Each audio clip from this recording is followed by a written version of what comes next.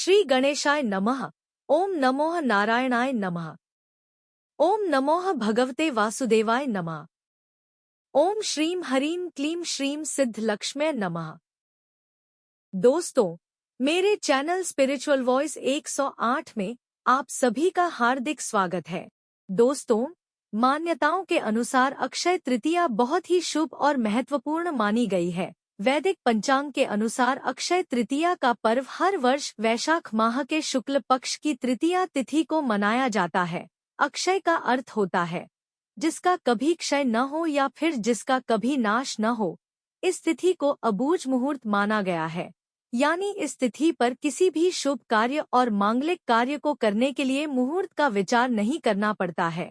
धार्मिक मान्यताओं के अनुसार इस शुभ पर्व पर किया जाने वाले दान पुण्य, पूजा पाठ, जप तप और शुभ कर्म करने पर मिलने वाला फलों में कमी नहीं होती है। इस दिन सोने के गहने खरीदने और मां लक्ष्मी की पूजा करने का विशेष महत्व होता है। इस वर्ष अक्षय तृतीया का पावन त्योहार 10 मई को है। दोस्तों, इस वीडियो में हम जानेंगे अक्षय तृतीया की तिथि कब है, पूजा मुहूर्त कब से कब तक है, अक्षय तृतीया का महत्व, महत्वपूर्ण उपाय और पौराणिक आठ कथा के बारे में। अक्षय तृतीया तिथि 2024। इस वर्ष अक्षय तृतीया का पर्व शुक्रवार 10 मई को मनाया जाएगा। वैदिक पंचांग के अनुसार वैशाख माह के शुक्ल पक्ष की तृतीया तिथि की शुरुआत 10 मई को सुबह 4:17 पर होगी। वहीं इस तृतीया तिथि का समापन 11 मई 2024 को सुबह 2:50 पर होगी। अक्षय तृतीया पर पूजा का शुभ मुहूर्त 2024। उदया तिथि के आधार पर 10 मई को अक्षय तृतीया का पर्व मनाया जाएगा। अक्षय तृतीया त्योहार पर मां लक्ष्मी और भगवान विष्णु की पूजा के लिए शुभ मुहूर्त सुबह 5:48 से लेकर दोपहर 12:23 तक रहेगा। अक्षय तृतीया का महत्व। हिंदू धर्म में अक्षय तृतीया पर्व का विशेष महत्व। अक्षय तृतीया के पर्व को आखा तीज के नाम से भी जाना है। इस दिन को परशुराम जयंती के रूप में भी मनाया जाता है। यह पर्व हिंदू और जैन दोनों ही धर्म के भक्तों के लिए विशेष होता है। धार्मिक मान्यताओं के अनुसार अक्षय तृतीया तिथि पर ही त्रेता और सतयुग का आरंभ भी हुआ था, इसलिए इसे कृत्युगादि तृतीया भी कहते हैं। अक्षय तृतीया तिथि की अधिष्ठात्री देवी माता पार्वती हैं।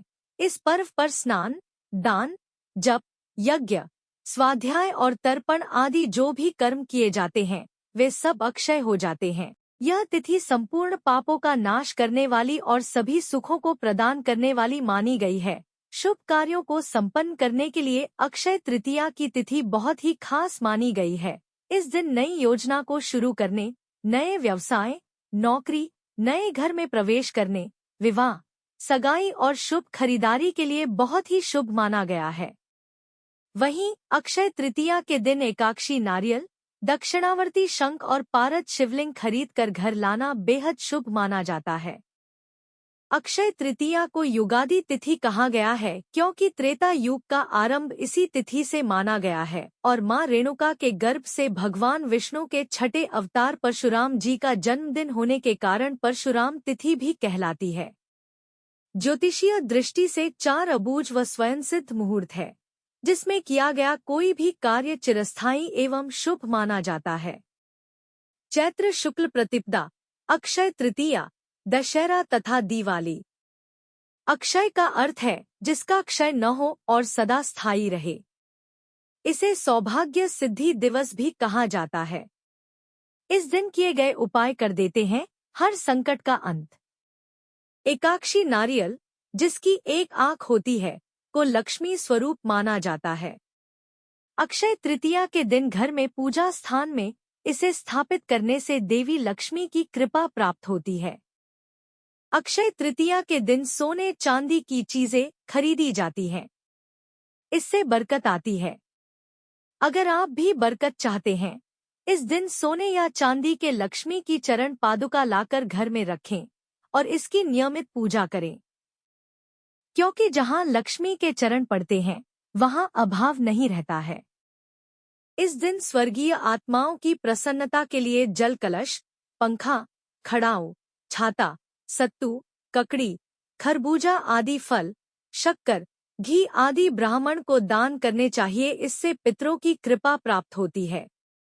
इस दिन गौ, भूमि, तिल, स्वर्ण, घी, वस्त्र, धान्य, गुड़, चांदी, नमक, शहद और कन्या, यह 12 दान का महत्व है। जो भी भूखा हो वह अन्न दान का पात्र है। जो जिस वस्तु की इच्छा रखता है, यदि वह वस्तु उसे बिना मांगे दे दी जाए तो दाता को पूरा फल मिलता है। सेवक को दिया दान 1/4 फल देता है। कन्या दान इन सभी दानों में सर्वाधिक महत्वपूर्ण है, इसीलिए इस दिन कन्या का विवाह किया जाता है। इस दिन 11 कौड़ियों को लाल कपड़े में बांधकर पूजा स्थान में रखें। इसमें देवी लक्ष्मी को आकर्षित करने की क्षमता होती है। इसका कारण यह है कि देवी लक्ष्मी के समान ही कौड़ियां समुद्र से उत्पन्न हुई हैं। नियमित केसर और हल्दी से इन कौड़ियों की पूजा देवी लक्ष्मी के साथ करने से आर्थिक परेशानियों से मुक्ति मिलती है। शिवालय अथवा शिव मंदिर में मिट्टी का पात्र दान करने से कुंवारों को मनभावन जीवन साथी मिलता है और विवाह में आ रही सभी परेशानियां समाप्त होती हैं। आर्थिक उन्नति के लिए इस दिन प्रातःकाल स्नान आदि करके पूजा स्थान पर कंबल या दरी बिछाकर पूर्व या उत्तर की ओर मुंह करके बैठें। थाली में रोली से अष्टदल बनाकर मोती शंख मध्य में रखें। घी का दीप जलाएं। पंचामृत अर्थात दूध, दही, घी, शहद, शक्कर से इसे स्नान करवाएं। फिर शुद्ध जल डालें। यह मंत्र 11 या 108 बार पढ़ते हुए ओम श्रीम श्रिय नमः चावल शंख पर चढ़ाते जाएं। कुछ चावल शंख में भरें, लाल कपड़े में बांधे। इसके अलावा संभव हो तो आप श्री लक्ष्मी चरण पादुका, लक्ष्मी जी की मूर्ति, अष्टलक्ष्मी यंत्र, रक्त गुंजा, गोमती चक्र, काली हल्दी, लक्ष्मी कारक कौड़ियां, नाग केशर आदि भी पूजा स्थान पर रख सकते हैं, जिन्हें सदा ही लक्ष्मी प्रदायक माना गया है। शेष चावल की खीर बनाकर बांट दें। शंख तथा अन्य वस्तुओं को तिजोरी या पूजा स्थान पर रखें। अक्षय तृतीया की कथा। दोस्तों, अक्षय तृतीया की एक पौराणिक कथा के अनुसार प्राचीन काल में एक धर्मदास नामक वैश्य था। धर्मदास अपने परिवार के साथ एक छोटे से गांव में रहता था। वह बहुत ही गरीब था। वह हमेशा अपने परिवार के भरण पोषण के लिए चिंतित रहता था। उसके परिवार में कई सदस्य थे। धर्मदास बहुत धार्मिक प्रवृत्ति का व्यक्ति था। उसका सदाचार तथा देव एवं ब्राह्मणों के प्रति उसकी श्रद्धा अत्यधिक प्रसिद्ध थी। अक्षय तृतीया व्रत के महात्म्य को सुनने के पश्चात उसने अक्षय तृतीया पर्व के आने पर सुबह जल्दी उठकर गंगा में स्नान करके विधिपूर्वक देवी देवताओं की पूजा की। व्रत के दिन सामर्थ्यानुसार जल से भरे घड़े, पंखे, जौ, सत्तू, चावल, नमक, गेहूं, गुड़, घी, दही, सोना तथा वस्त्र आदि वस्तुएं भगवान के चरणों में रखकर ब्राह्मणों को अर्पित की।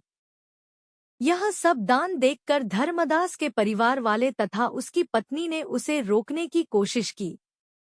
उन्होंने कहा कि अगर धर्मदास इतना सब कुछ दान में दे देगा तो उसके परिवार का पालन पोषण कैसे होगा।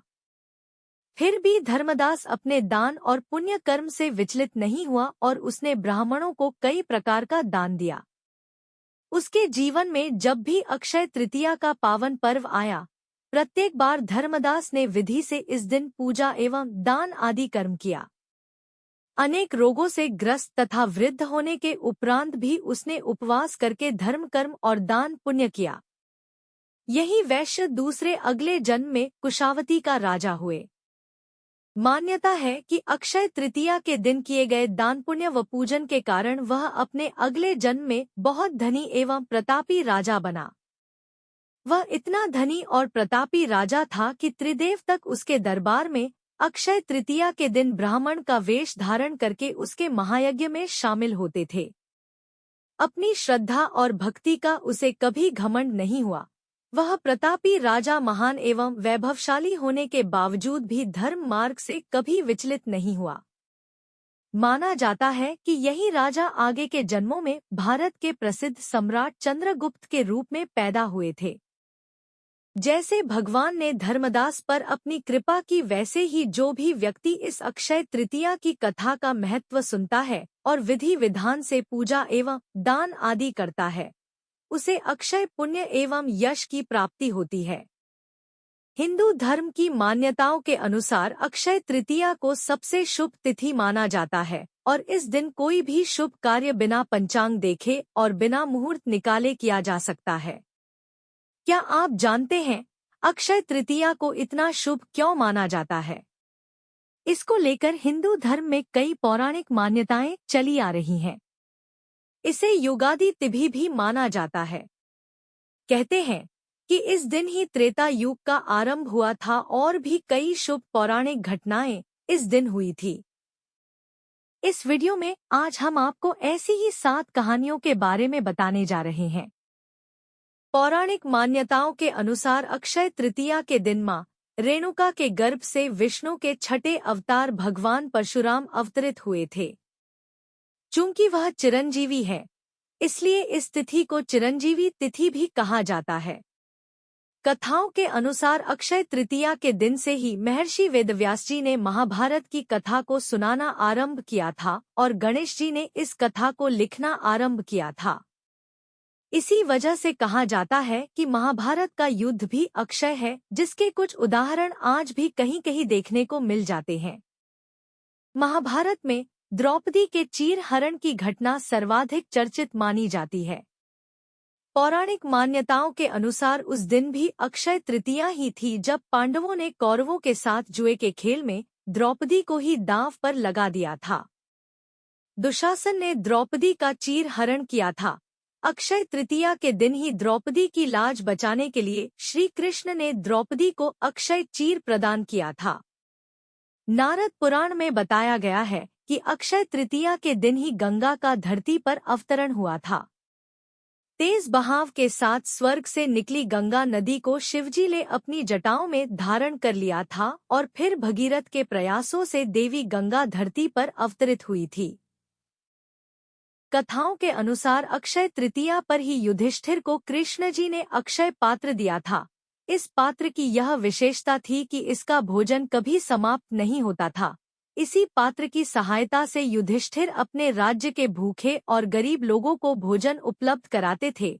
भविष्य पुराण में अक्षय पात्र का संबंध मनुष्य के दान धर्म से बताया गया है।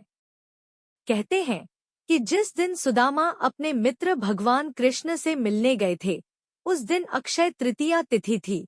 सुदामा के पास कृष्ण को भेंट करने के लिए चावल के मात्र कुछ मुट्ठी भर दाने ही थे, जिन्हें उन्होंने श्री कृष्ण के चरणों में अर्पित कर दिया। उनके इस भाव के कारण कान्हा ने उनकी झोंपड़ी को महल में बदल दिया। इस तरह सुदामा जी को भी इस दिन अक्षय निधि की प्राप्ति हुई थी। दोस्तों, कैसी लगी आपको यह जानकारी कमेंट करके बताइएगा। वीडियो को लाइक करिएगा, दोस्तों रिश्तेदारों को शेयर करिएगा ताकि वे भी उपायों से लाभान्वित हो सके। और अभी तक चैनल को सब्सक्राइब नहीं किया है तो अभी कर लीजिए। हम इसी प्रकार के धार्मिक और उपयोगी वीडियो आपके लिए लाते रहते हैं। तो दोस्तों, आप सभी भक्तों का बहुत बहुत धन्यवाद।